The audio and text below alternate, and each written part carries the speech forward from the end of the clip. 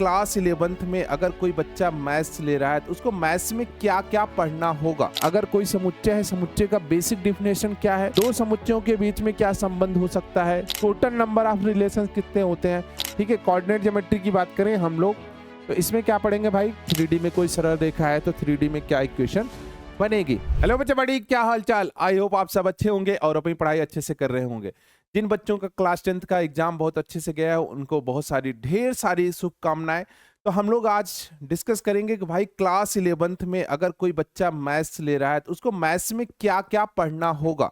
ठीक है, मैथ्स में उसको क्या क्या पढ़ना होगा, उसके सिलेबस में क्या क्या है, क्या क्लास 10 से कुछ रिलेटेड टॉपिक्स हैं या फिर पूरा का पूरा नया मिलेगा उसे। तो आज हम लोग वही डिस्कस करने वाले हैं। ये बच्चा यूपी बोर्ड्स वाले बच्चों के लिए है, जो बच्चा यूपी बोर्ड्स का है, गणित का सिलेबस है और वो भी कोर मैथ्स का है। ठीक है, जो साइंस वाले बच्चे पढ़ते हैं वही कॉमर्स में भी आपको वही मिल जाएगा, सेम ही मैथ्स आपको कॉमर्स में भी मिलेगी। तो आज हम लोग सिलेबस डिस्कस करेंगे कि भाई हमारे पाठ्यक्रम का मतलब कौन सा है, 2026 में जब हम लोग एग्जाम देंगे तो कौन से सिलेबस से क्वेश्चन आएगा। ठीक है, तो आज हम लोग डिस्कस करेंगे। देखो बालक, सब्जेक्ट क्या है आपका, गणित है, मैथ्स है। मैथ्स में आपको पता है कि पूरे के पूरे 100 मार्क्स का होता है, कोई भी प्रैक्टिकल मार्क्स नहीं जाता है, स्कूल की तरफ से कोई भी प्रैक्टिकल नंबर नहीं जाता है। पूरा का पूरा क्या होता है, थ्योरी पेपर होता है। ये जो 3 घंटा लिखा गया है यहाँ पे 15 मिनट और ऐड कर लो, 3 घंटा 15 मिनट का होता है। ठीक है, अब अगर हम लोग टोटल बात करें कितनी इकाई होती है, कितनी यूनिट होती है। टोटल यूनिट 5 होती है बालक। टोटल यूनिट कितनी होती है, 5 होती है। पहले वाली यूनिट में अगर बात करें समुच्चय तथा फलन, दूसरे में बीजगणित। अब देखो ये 5 चैप्टर्स नहीं है, ये यूनिट के नेम है।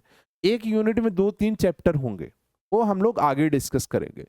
उसके बाद निर्देशांक ज्यामिति, कलन, सांख्यिकी तथा प्रायिकता, इनका वेटेज भी है। वेटेज कितना है भाई, 29 मार्क्स का है, 37 का है, 15 मार्क्स का है, 7 का है, 12 का। ठीक है, अगर समुच्चय की बात करें तो 29 मार्क्स का है, बीजगणित की बात करें तो 37 का है, निर्देशांक ज्यामिति की बात करें तो 15 मार्क्स का है, कलन कितने का है, 7 मार्क्स का है, सांख्यिकी तथा प्रायिकता कितने मार्क्स की है, 12 मार्क्स का। ठीक है, तो टोटल 100 मार्क्स का आपका क्या होने वाला है, एग्जाम होने वाला है 100 मार्क्स का। तो 1 बाय 1 यूनिट हम लोग कवर करते हैं भाई। पहले यूनिट में क्या है, दूसरे यूनिट में क्या है।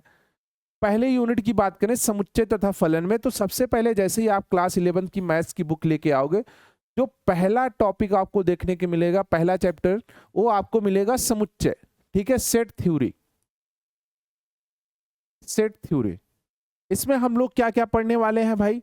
सबसे पहले तो हम लोग यही देखेंगे कि भाई सेट होता क्या है। ठीक है, अगर कोई समुच्चय है, समुच्चय का बेसिक डिफिनेशन क्या है। उसके बाद जब बेसिक डिफिनेशन सीख जाएंगे फिर हम लोग टाइप्स ऑफ सेट्स पढ़ेंगे, इस सेट्स के प्रकार क्या क्या हैं। तो ये सारी चीजें हम लोग डिस्कस करेंगे समुच्चय वाले चैप्टर में। ठीक है, उसका अंतर, पूरक समुच्चय, ये सारी चीजें। फिर आता है संबंध और फलन। ठीक है, दो समुच्चयों के बीच में क्या संबंध हो सकता है, फलन क्या होता है, टाइप्स ऑफ फंक्शंस क्या होते हैं, टाइप्स ऑफ रिलेशंस क्या होते हैं, टोटल नंबर ऑफ रिलेशंस कितने होते हैं। ये सारी चीजें डिस्कस हम लोग किसमें करेंगे, सेकंड वाले चैप्टर में। ठीक है, जिसका नाम है संबंध और फलन या फिर रिलेशन एंड फंक्शन।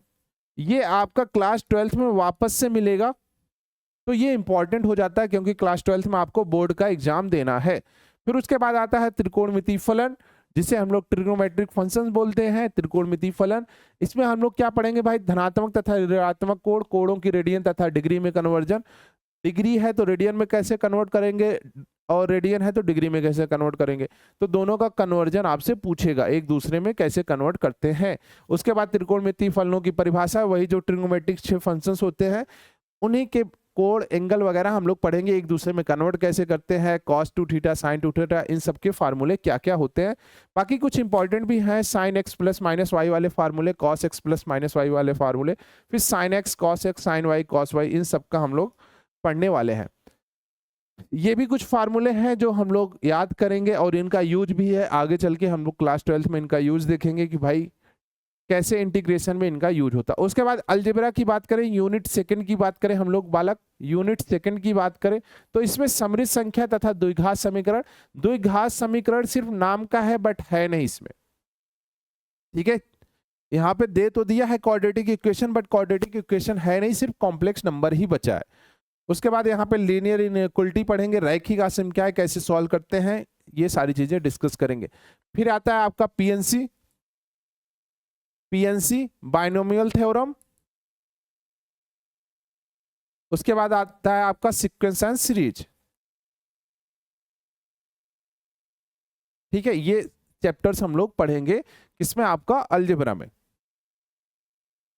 निर्देशांक ज्यामिति की बात करें, ठीक है, कोऑर्डिनेट ज्योमेट्री की बात करें हम लोग, तो इसमें क्या पढ़ेंगे भाई, सरल रेखा, कॉनिक सेक्शन, शंकु परिच्छेद।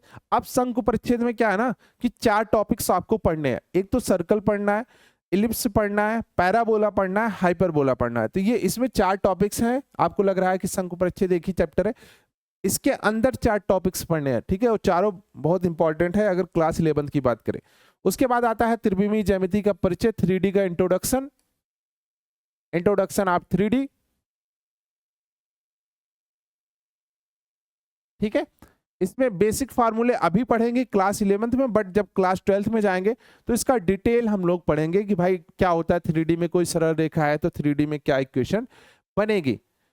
कलन की बात करें, यूनिट 4 जो इंपॉर्टेंट है भाई क्लास 12th के लिए। अगर हम लोग क्लास 12th की बात करें तो पूरा का पूरा चैप्टर एक है कंटिन्यूटी एंड डिफरेंशियबिलिटी, सांतत तथा अवकलनीयता, जिसमें हम लोगों को सांतत्य और अवकलनीयता चेक करनी पड़ती है। तो वहां पे लिमिट का यूज होता है, सीमा का यूज होता है। तो सीमा तथा अवकलज, अवकलन को दूरी के फलन के परिवर्तन की दर के रूप में परिभाषित करना, तो ये सारी चीजें हम लोग इस वाले चैप्टर में पढ़ेंगे, सीमा तथा अवकलज में।